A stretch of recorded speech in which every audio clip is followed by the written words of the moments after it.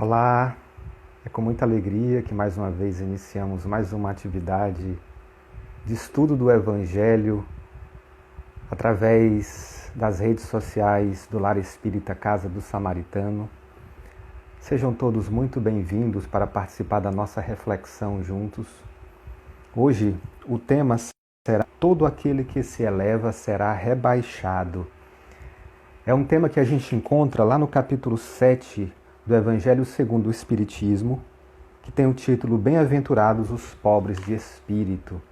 Nós iremos tratar hoje dos itens 3, 4 e 5.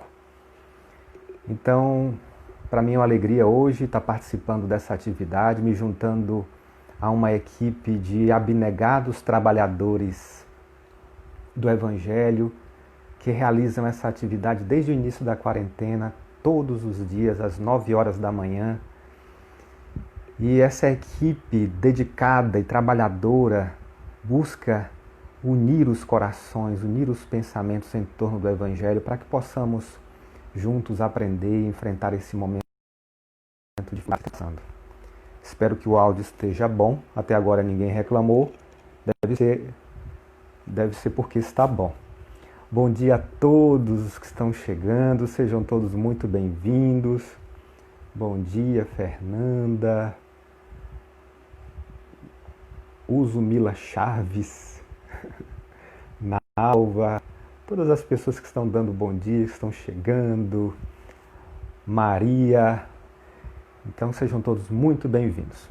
Para que nós possamos iniciar a nossa reflexão de hoje, peço que a gente possa unir o nosso pensamento. Mariana, Bruno, bom dia. Peço que nós possamos... Então, vamos dirigir o nosso pensamento a Jesus, o nosso Mestre, rogando a Ele as bênçãos do seu amor para a nossa vida.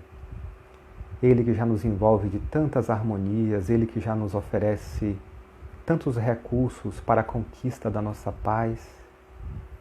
Agradecemos ao Mestre amado por sempre estar presente, por sempre se mostrar solícito, atendendo às nossas necessidades, contribuindo para o nosso progresso.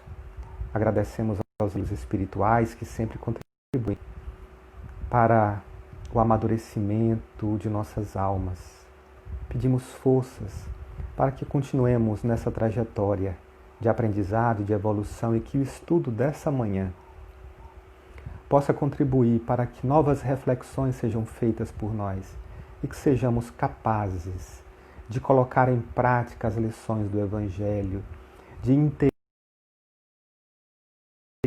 o que Cristo nos trouxe, possamos servir, possamos nos colocar sempre à disposição de Deus, da bondade de Deus, em benefício de todos. Que Jesus nos ampare e nos proteja a cada um de nós, hoje e sempre, que assim seja.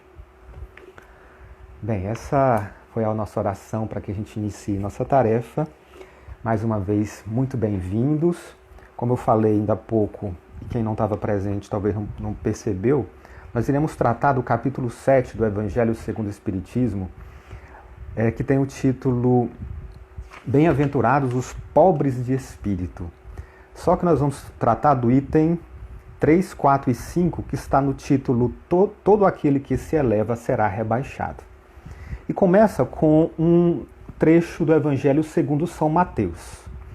E diz assim: Nesse mesmo tempo, os discípulos se aproximaram de Jesus e lhe disseram: Quem é o maior no reino dos céus?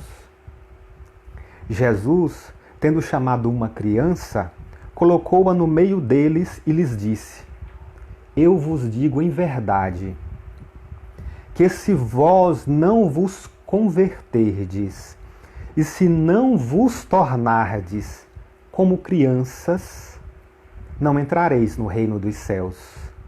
Todo aquele, pois, que se humilhar e se tornar pequeno como esta criança, será o maior no reino dos céus. E todo aquele que recebe em meu nome uma criança, tal como acabo de dizer, é a mim que recebe. Então, essa reflexão que está lá no capítulo 18, versos 1 a 5 de Mateus, ela mostra que os padrões para definir o que é superior ou inferior em relação à dimensão espiritual são completamente diferentes dos nossos padrões.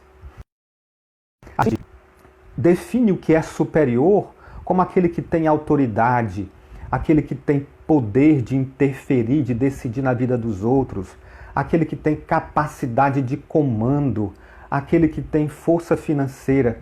Esse é o padrão que nós utilizamos para definir o que é superior. E os apóstolos, muito sagazmente, de forma muito esperta, perguntaram a Jesus: e no reino de Deus? Qual é o padrão que a gente usa para definir o que é superior ou inferior? E Jesus utilizou então aquele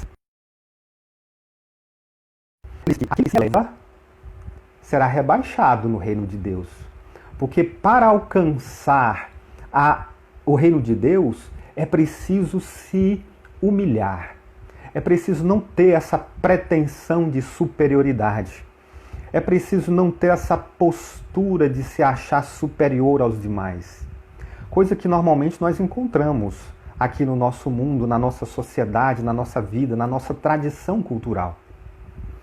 E aí, o nosso estudo de hoje também tem uma outra passagem de Mateus, no capítulo 20, versos 20 a 28, em que acontece assim: então, a mãe dos filhos de Zebedeu se aproximou dele com seus 2 filhos e o adorou, testemunhando-lhe que queria perguntar-lhe alguma coisa.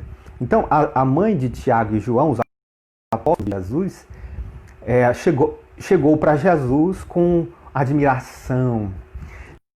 E aí mostrou que queria perguntar. Jesus pergunta assim: que quereis? E ela disse: ordenai-lhe que meus 2 filhos que aqui estão, que eram os apóstolos João e Tiago, tenham assento em vosso reino, um à vossa direita e outro à vossa esquerda. Mas Jesus lhe respondeu: vós não sabeis o que pedis. Podeis beber o cálice que eu vou beber? E eles lhe disseram: nós o podemos. E Jesus respondeu: é verdade que bebereis o cálice que eu vou beber, mas quanto a estar sentado à minha esquerda ou à minha direita, não cabe a mim vos conceder. Mas isso será para aquele que meu Pai tenha preparado. Os outros 10 apóstolos, tendo ouvido isso, encheram-se de indignação contra os 2 irmãos. Jesus, tendo-os chamado para si, lhes disse: vós sabeis que os príncipes das nações as dominam e que os grandes a tratam com desdém. Não deve ser o mesmo entre vós. Mas aquele que quiser tornar-se o maior, seja vosso servidor. E aquele que quiser vós, seja vosso escravo. Como o Filho do Homem não veio para ser servido, mas para servir e dar sua vida pela redenção de muitos. Olha que coisa interessante. A mãe, ela chegou para Jesus pedindo uma posição especial para eles no reino de Deus. Essa postura não é diferente da nossa. Quando a gente chega para uma autoridade e pede um cargo de destaque, por exemplo. Talvez você conheça isso como a gente conhece normalmente aqui na nossa sociedade. Ano político nós estamos, né? Muitas vezes as pessoas até trocam o voto em relação a isso, né? Olha, candidato tal, você vai se candidatar, mas olha, eu quero uma posiçãozinha lá no seu gabinete. Então, a gente tem essa postura de ter troca de interesses. E do mesmo jeito, a mãe dos filhos de Zebedeu chegou para Jesus com essa mesma postura. Olha, o senhor pode colocar meus filhos numa posição de destaque? E Jesus disse: olha, o reino de Deus é diferente de qualquer reino da terra. Aqui na terra, as pessoas, os príncipes, tratam o seu reino como um império, com dominação, com força. No meu reino não é assim. Os padrões são outros. Apesar de vocês poderem beber do cálice que eu vou beber, ou seja, passar pelos sacrifícios que eu vou passar, mas a escolha se vai estar à minha direita ou à minha esquerda, a sua posição no reino de Deus vai depender de você, das suas conquistas, dos seus valores. E observa que esse padrão até hoje, 2000 anos depois, nós temos aqui. Nós estamos atrás de privilégios. Nós estamos atrás de posição de controle, de comando. É isso que conduz as nossas vidas. A gente quer as melhores posições, a gente quer se destacar. Então, isso, inclusive, é um valor culturalmente repassado. A nossa tradição social valoriza as pessoas ocuparem posições de comando, de destaque, de visibilidade. As pessoas ocuparem cargos que lhes permitam influência. Aí a gente diz que a pessoa é influente. Eu sou amigo de fulano de tal, que é um político. Eu sou amigo de fulano de tal, que é um empresário. E a gente tem essa relação a partir das posições. O Evangelho diz assim, olha, no reino de Deus é tudo diferente. Você pode aqui na Terra estar atrás de posições de destaque, de comando, de controle, de autoridade, mas no reino de Deus o padrão é outro. No reino de Deus o padrão é buscar ser um servidor. No reino de Deus o padrão é buscar ser útil na obra do bem. É se colocar na posição daquele que se oferta, se oferece, se doa a benefício dos outros. Essa aqui é a postura que o reino de Deus procura para nós. E aí, essa semana, eu tive a oportunidade de ter acesso a um pensamento do Friedrich Nietzsche, em que ele dizia que esse valor da humildade, esse valor da simplicidade, seria uma resposta dos fracos, das pessoas ressentidas por não terem poder, das pessoas ressentidas por não terem comando. E aí eles passaram a desenvolver a ideia de que a humildade seria um valor, a simplicidade seria um valor, porque eles não têm capacidade de comandar, de gerir, de dominar. E aí, para poder se contrapor às ideias dos dominadores, às ideias daqueles que comandam na base da força, na base do interesse, eles passaram a desenvolver um outro valor, os fracos, que é o valor da humildade, da simplicidade. Olha que coisa interessante. Vamos analisar esse pensamento do Nietzsche. Ele disse então que essa história de ser humilde, de ser bom, seria um posicionamento dos fracos. Você não tem capacidade de comando, você não tem capacidade de controle, você não tem capacidade de domínio, então você começa a valorizar aquilo que você não tem capacidade. Então você começa a valorizar a humildade, a simplicidade, o amor, passa a valorizar a ser uma pessoa boa. Olha, esse pensamento é muito interessante porque nos faz confrontar com as nossas crenças. O Espiritismo coloca como premissa a universal, a lei de Deus. E que a lei de Deus é que define o que é certo e o que é errado. Então mostra a gente que essa história de certo e errado nem sempre é uma decisão humana. Não é uma definição apenas do ser humano decidir o que é certo, o que é errado, o que é bom, o que não é. É um valor que faz parte da natureza. Então o que é certo, o que é errado, o que é bom, o que é mal, não está definido por interesses humanos. O que é errado, o que é bom, é a partir da lei de Deus. Então é a lei de Deus que coloca a humildade, a simplicidade, o amor como elemento básico para a conquista da felicidade, para a conquista da harmonia do ser. Mas a gente acaba tendo então que se confrontar com esse pensamento social de que é preciso dominar. Então observa como isso é tradicionalmente estimulado pela nossa sociedade. Os nossos pais disseram pra gente, olha, você tem que lutar pelas melhores posições. Vê aqui o horário. Você tem que lutar pelas melhores posições, você tem que lutar pelo comando, você tem que lutar para ser o primeiro da sua turma, o primeiro colocado no vestibular, o primeiro colocado no concurso. Então isso é socialmente estimulado, essa busca pelos melhores lugares, essa busca pelas melhores posições. Ah, você vai ter que competir, você vai ter que vencer todos os seus concorrentes. Então, esse tipo de postura e de conduta ele é socialmente estimulada. Do outro lado, nós temos a postura cristã, que nos estimula a sermos humildes, sermos simples, não procurarmos o destaque, mas procurarmos servir, procurarmos nos colocar à disposição do outro.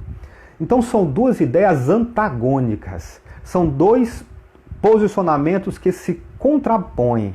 Essa ideia de que a gente precisa ser humilde, ser bom, ser simples, servir, e essa ideia de que a gente precisa competir para ganhar os melhores lugares, para ocupar as melhores posições, para ser o melhor em tudo. Então essas duas ideias se compõem e a gente estimula socialmente, tradicionalmente, essa ideia de que a gente precisa competir. A gente ouviu isso dos nossos pais, eu ouvi isso dos meus pais. Olha, você tem que ser o melhor da sua turma, você tem que ser o melhor no que você está fazendo. A gente passa isso para os nossos filhos, quando estimula a competição entre eles. Olha, você tem que ser o melhor nisso aqui, você tem que ser o melhor naquilo outro. Então, esse tipo de comportamento que estimula a arrogância, a prepotência, a dominação, é um comportamento que é socialmente estimulado, que é socialmente aceito. E ele se contrapõe ao pensamento do Evangelho, que diz, busque ser um servidor, busque ser humilde, busque viver de forma a servir, um destaque, um privilégio, algum tipo de vantagem, como a gente sempre procura aqui na Terra. Então observa que são pensamentos contraditórios. Olha aqui o Rômulo falando. Humildade com mediocridade. Pois é, qual seria essa diferença de humildade para mediocridade? Basicamente poderia ser o seguinte, a mediocridade é a pessoa quando faz como aquele servidor que lá no Evangelho que esconde os seus talentos, que não busca se desenvolver, que não busca se aprimorar. Porque apesar do fato de nós precisarmos desenvolver a humildade, a simplicidade, a gente também tem que desenvolver os nossos valores internos. Então você observa que uma coisa não contradiz a outra. Então, enquanto a gente busca ser humilde, ser um servidor, a gente tem que buscar ser melhor a cada dia, vencendo as nossas más inclinações, desenvolvendo as nossas capacidades, as nossas habilidades, desenvolvendo a nossa percepção de mundo. Não é ser medíocre, né? Rômulo, talvez seja esse o seu pensamento, né? Então, a gente tem que buscar isso, desenvolver a humildade. Observa como o seguinte, quanto mais a gente desenvolve valores intelectuais e morais, maior a nossa condição de ser útil, maior a nossa condição de servir, maior a nossa condição de contribuir positivamente para a obra do bem, para a obra do amor.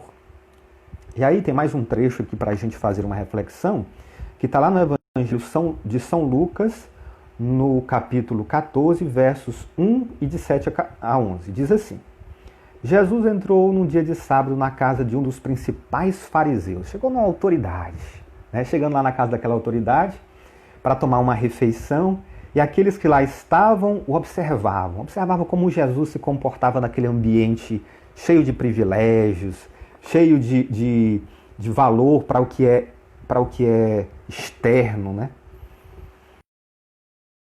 Quando eles escolhiam os primeiros lugares, ele lhes propôs essa parábola dizendo, Quando fordes convidados para bodas, para festas, não tomeis nela o primeiro lugar, temendo que se encontre entre os convidados uma pessoa mais considerada entre vós, que vós, e que aquele que vos tiver convidado não venha vos dizer, dai vosso lugar a este, e que então estejais diminuídos em vos dirigir com vergonha ao último lugar.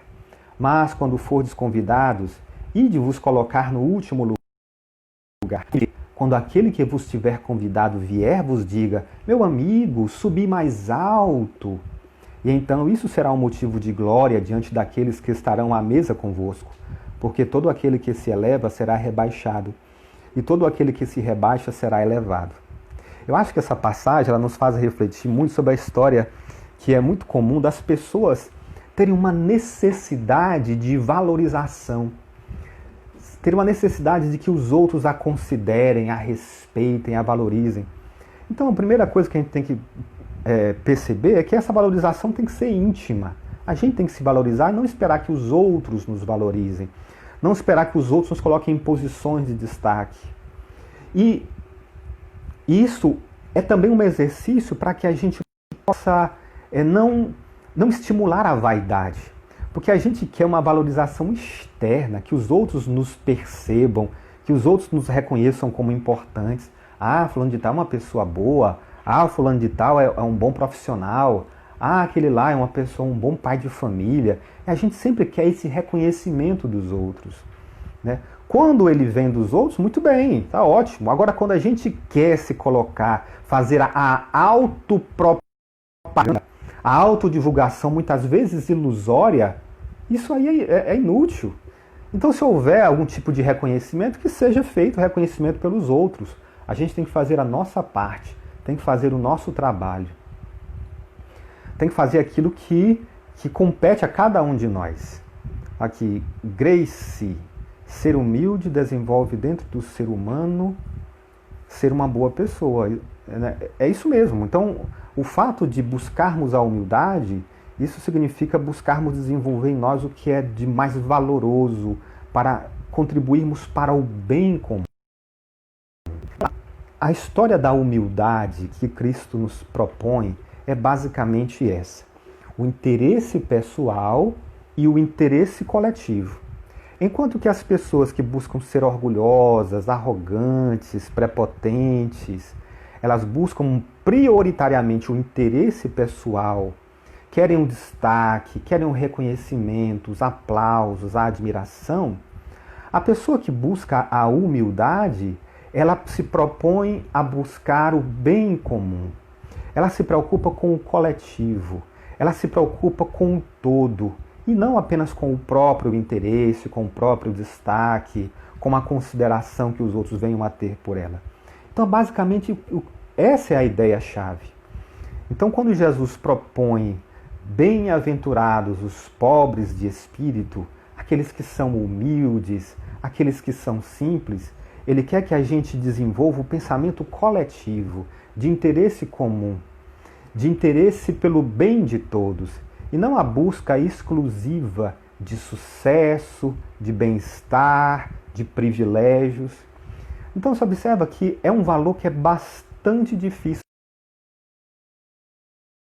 A busca pelo interesse pessoal, a busca pelo destaque pessoal, é um valor que é culturalmente ensinado. É uma ideia que é culturalmente difundida. Nós vivemos em uma sociedade onde a tradição e a cultura estimula a busca pelo interesse pessoal, a busca pelo autodestaque, a busca pela pessoa se destacar em relação ao todo, se destacar em relação aos demais, ela ter relevo, ela ter importância, ela ser admirada, fonte de admiração. Então isso é um valor que é socialmente, culturalmente repassado. Vamos ver se nós não fazemos isso com os nossos filhos, por exemplo. Meu filho, você tem que estudar porque você tem que ocupar os melhores postos, você tem que ocupar os melhores cargos. Meu filho, você tem que fazer a sua parte porque você tem que competir em atividade esportiva na escola, você tem que vencer, você tem que ganhar dos outros, você tem que lutar para ocupar as melhores posições, os melhores postos. Vamos ver se nós não estamos fazendo isso com os nossos filhos. Então, se nós estamos fazendo, então isso mostra que ainda nós não estamos tentando viver de acordo com os princípios do Evangelho. Porque os conceitos do Evangelho são para que a gente estimule o bem coletivo. Então, que a gente estimule que a pessoa se iguale aos demais. Observa que não é se inferiorizar. Observa que não é se colocar abaixo dos demais, mas se igualar. Então, muita gente acaba confundindo isso, pensando que humildade, talvez seja isso que o Rômulo colocou com a questão da mediocridade.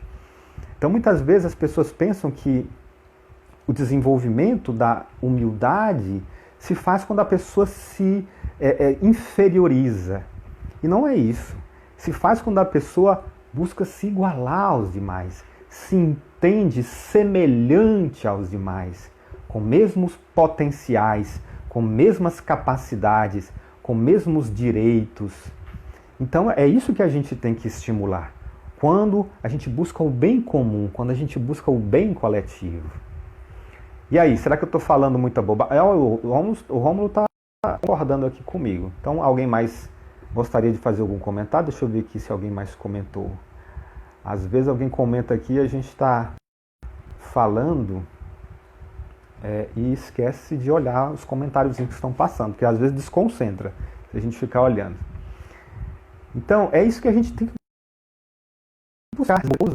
Então, vamos fazer essa análise, essa contraposição entre aquilo que é culturalmente estimulado, aquilo que é socialmente aceito pelos padrões do mundo e aquilo que é orientado pelo Evangelho como universal, como valor universal da lei de Deus, que é a humildade.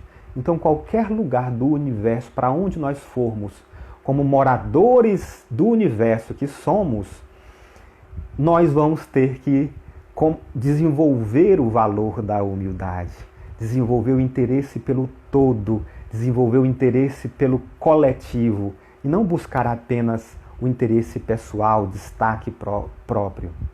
Ariane, esclarecedor o seu entendimento.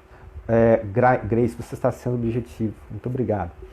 Então, André, o legal é ensinar nossos filhos a dar o seu melhor em tudo o que fazem, que este melhor esteja em consonância com o bem do próximo. Caramba, isso é muito bom. Mas observa que essa colocação, Andréa, ela requer que a gente tenha um cuidado, né? Porque às vezes a gente diz, você tem que dar o seu melhor e ser melhor do que todo mundo. É diferente do que você está dizendo aqui, né? Você está dizendo, você tem que sim dar o seu melhor, mas pensando no bem coletivo. Pense sempre no outro. É isso a proposta do Evangelho, como você está colocando. Carla, usar dos seus talentos para servir, sempre repetir, Senhor, o que queres que eu faça? Isso mesmo, se colocar na posição do servidor, se colocar na posição daquele que busca ser útil, que busca pensar no interesse coletivo. Por isso essa expressão, Senhor, o que queres que eu faça, como disse Paulo de Tarso, lá nas portas de Damasco, né? Se colocando humildemente a serviço, se ofertando, se doando na obra maior, na obra do bem. Pois é, até a Grace concordou aqui com a Carla. Bem, essa é a nossa reflexão dessa nossa manhã de domingo. Espero que tenha sido útil para todos nós. Agradeço pelas participações, pela interação muito boa que vocês fizeram, pelas ótimas observações. Ainda bem que a gente está aqui interagindo. Essa distância social que a gente mesmo assim mantenha a interação, né? Olha aqui a Nalva, o Evangelho hoje nos propõe dar o melhor de si sem se sentir melhor que os outros. É esse o propósito, né? Dar o melhor de nós, sem que a gente busque ser melhor que os outros. Essa é a nossa proposta que o Evangelho traz para a gente. Então vamos tentar colocar isso em prática. Para a gente encerrar então, convido a todos para uma prece. Vamos dirigir então o nosso pensamento a Jesus. Nessa manhã de domingo, que nós possamos agradecer a Ele. Jesus, obrigado pelo dom da vida, pela oportunidade que estamos tendo de amanhecer. Muitos de nós com algumas dificuldades, alguns com tranquilidade, mas sempre sob a tua proteção, sempre sob o teu cuidado. Continua nos mostrando o caminho da melhoria e do progresso. Continua nos auxiliando para que tenhamos forças para resistir a todo tipo de vício e tentação que possa nos desviar do caminho da harmonia interior, que possa nos desviar da lei de Deus. Dá-nos forças para colocarmos em prática as lições do Evangelho. E nessa manhã de domingo, te pedimos as bênçãos do teu amor para tantos irmãos necessitados, em especial aqueles que se encontram doentes, vítimas dessa pandemia, que estão nos hospitais, que estão em suas casas, que sejam amparados pelo teu amor, assim como as suas famílias, que muitas delas estão preocupadíssimas. As equipes médicas estão ali frente dessa grande luta em favor da saúde coletiva. Os nossos cientistas que estão atrás de cura, de tratamento, de vacina. Especialmente pedimos pelos nossos governantes, para que tenham o bom senso de buscar o diálogo, de buscar atitudes que visem o bem da coletividade. Que o Senhor possa iluminar nossa humilde parte na busca de contribuirmos para o bem de todos. E assim, Senhor, nós te agradecemos as bênçãos que o Senhor nos oferece em nome de nosso Deus, Pai. E nós esperamos a tua paz e a tua proteção hoje e sempre. E que assim seja. Muito obrigado a todos. Bruno, Val, Mila Chaves, tanta gente aqui contribuiu. Jaqueline, deixa eu ver quem mais aqui. Agora travou o negócio. Não, tá aqui. Nalva, Rômulo. Travou aqui o meu. Não tá conseguindo subir, não. Tá aqui. Carla, Andréia, Grace. Obrigado a todos. Ariene. O nome da minha filha é Ariel. Pareceu com ela. Então, obrigado a todos. Que Jesus nos proteja sempre. E que possamos todos ter um ótimo domingo. Grande abraço em todos. Tchau.